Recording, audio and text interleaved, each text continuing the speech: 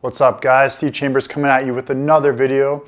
Today what we're going to be going over is the push-up, how to warm up, different variations even if you're a beginner, and how to cool down. This is going to be a really easy video, just going over some really key things so that we make sure we're staying injury free while doing all this stuff at home.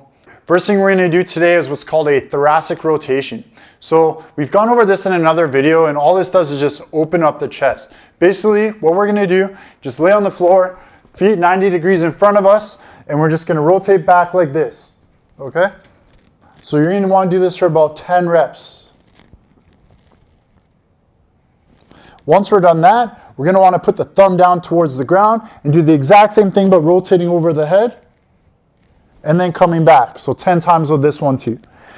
All we're trying to do is use this to warm up the chest, upper back, and shoulders, and make sure we're getting rid of any tightness that we had previously, maybe from sitting in a desk or playing games all night, you know? Next thing we're gonna wanna do is a drill for our internal rotation. Now, for internal rotation, the mistake a lot of people make when they do a push-up or bench is when they come down, they go like this. Now, what that's gonna do is put a lot of pressure on our rotator cuffs. So all the muscles back here behind our shoulder and even through here. What this drill is going to do is teach you how much range you actually have. So you're going to grab a lacrosse ball and just grab it with your hand and then put your hand behind your back. Now what we want to do is actually pull the chest up and pull the shoulder back. Now if you can from this position while squeezing the ball, all I want you guys to do is lift off. If you look at my shoulder position now, this is actually telling me what the bottom position of my push-up or bench press is going to be.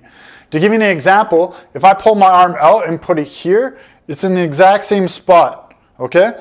So same thing, we're just lifting off, hold for 15 seconds, keeping that shoulder down and back,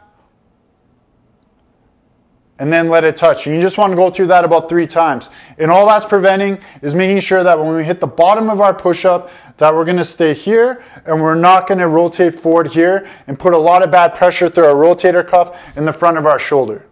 All right, now I know a lot of you watching this video struggle with push-ups, so we're going to break this down right from the beginner level. I see a lot of people do kneeling push-ups really bad, but they can be used as a great tool, especially when you start learning. So what you're going to see most people do when they do a kneeling push-up is they're just going to go on the floor like this, put their knees wherever, and they're just going to go down like that with their butt way up in the air. So what I want you actually to do is you're going to go into a normal push-up position first, and then drop your knees down directly below. So notice now how my butt's flat, my hips are nice in line with my core. And now when I go down, it's gonna be a completely different movement and hit the same movement or same muscles as we do on our toes. Now, if you can't do that drill, what we wanna do is just focus on doing negatives. So a lot of people will be like, well, Steve, I can't even do a kneeling push-up. Oh man, this sucks, this is hard. Listen, this is something that you can build up really easy. When you can do about 5 to 10 negatives, you should be able to do a push-up off your knees pretty easily. So in order to do that, all we're gonna do, get in that same position. So off the toes, drop the knees, and then we're just gonna do negatives. So let's just start with 5 reps. So I'm gonna be here, lower myself as slow as I can, stop, get back up with your body. Reset your hips. Just lower yourself nice and slow again. What this is going to do is it's going to teach you how to use the proper muscles when doing push-ups, and it's going to help you build up that strength in your stabilizers so that we're able to progress into a normal push-up faster. Now, for a normal push-up, basically what we're looking for is to make sure we have a neutral core, we're able to activate our glutes, and we're keeping our shoulders down. What that's going to look like is just this right here. So here, just like that, pull the shoulders down, squeeze the butt, and then drop the core. Now, what we don't want to do is arch our back like this, or put our butt up in the air like this, because what that's going to do is cause us to use different muscles in the push-up. So what you're going to find is when you start failing in the push-up, your body's going to want to shift around a lot like that to try to use different muscles in order to keep going. Be very aware. Glutes are being activated, core staying tucked, and shoulders are staying down. For the normal push-up, basically what we're trying to aim for is a 45-degree angle, just like that. Now, you can do a push-up higher up like that, but notice how when I do that, my shoulder will go up. So what we really want to focus on is making sure that we're just at 45 degrees to keep that shoulder nice and safe. That way when we go up and down, we're able to keep the scapula down and keep everything tight. What that's going to look like, nice and easy, I'm just here, going down, everything's staying at 45 degrees, take my time on the way down, and back up. Variation 2. For this one here, what we want to do is bring the hands in so they're about 4 to 5 inches apart. So just right about there. What this is going to do is put a lot more emphasis on the triceps and a lot more emphasis on the shoulders. This is going to actually be a bit harder of a variation. Same thing though, keep the tempo nice and smooth. What that's going to look like is just like this right here. So watch my elbows stay in as I go down. And then back up. Variation 3, what we're going to be doing is a triangle push-up. This here puts even more emphasis on the tricep, but now we're also going to start targeting the inner chest and really starting to get the strength in this middle area. What that's going to look like with our hand position is here, coming down to here. So just to do one more rep of that, hand position in a triangle, we're going to come down, try to keep your elbows in as you come down, squeeze, and then explode up. Now, if you find all these super easy, we can actually do one more thing, and all you're going to need to do is grab a band.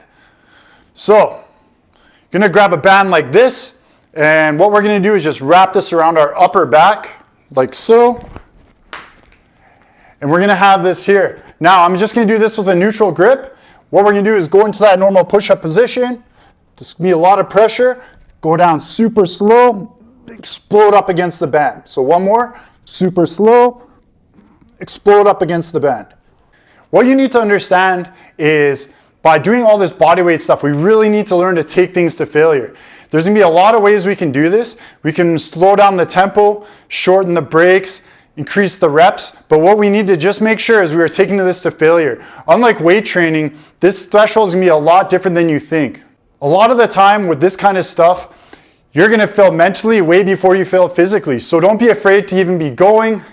Stop at the top, rest for a few seconds, and then keep going some more, because this is going to take a lot more to get adaptation out of it. All right, so we warmed up properly, we've done our push-ups, we're exhausted. Now what we want to do is make sure we stretch out properly. Now a lot of people are going to want to do like a doorway stretch, which works really well. We've all seen it. You put your arm up, you turn away, you get that nice stretch here. But if you actually look at how the pec inserts, doing an overhead stretch is going to be really beneficial in this situation. So what we're going to do is just this nice and simple child's pose. Basically what you're going to do is you're just going to sit back on your heels, just like so, and then you're just going to lean forward like this and get a nice stretch. And just hold that for about 15-20 seconds. Now if you do want to intensify this and you have a foam roller at home, what we want to do, just grab a foam roller like this, keep your hands up, so thumbs up, same position, but now when I sit back, I can actually roll and push my head through a bit more. Come back up, push the roller away as I push down. And just same thing, get a nice long hold out of that. All right, guys, I hope you liked that video. Just make sure if you have any questions, drop it down in the comments. And make sure if something doesn't feel like, just stop. Make sure you ask, reassess what you're doing. If you did like this video, make sure you subscribe, hit that like button. It's greatly appreciated. And until next time, I'm out.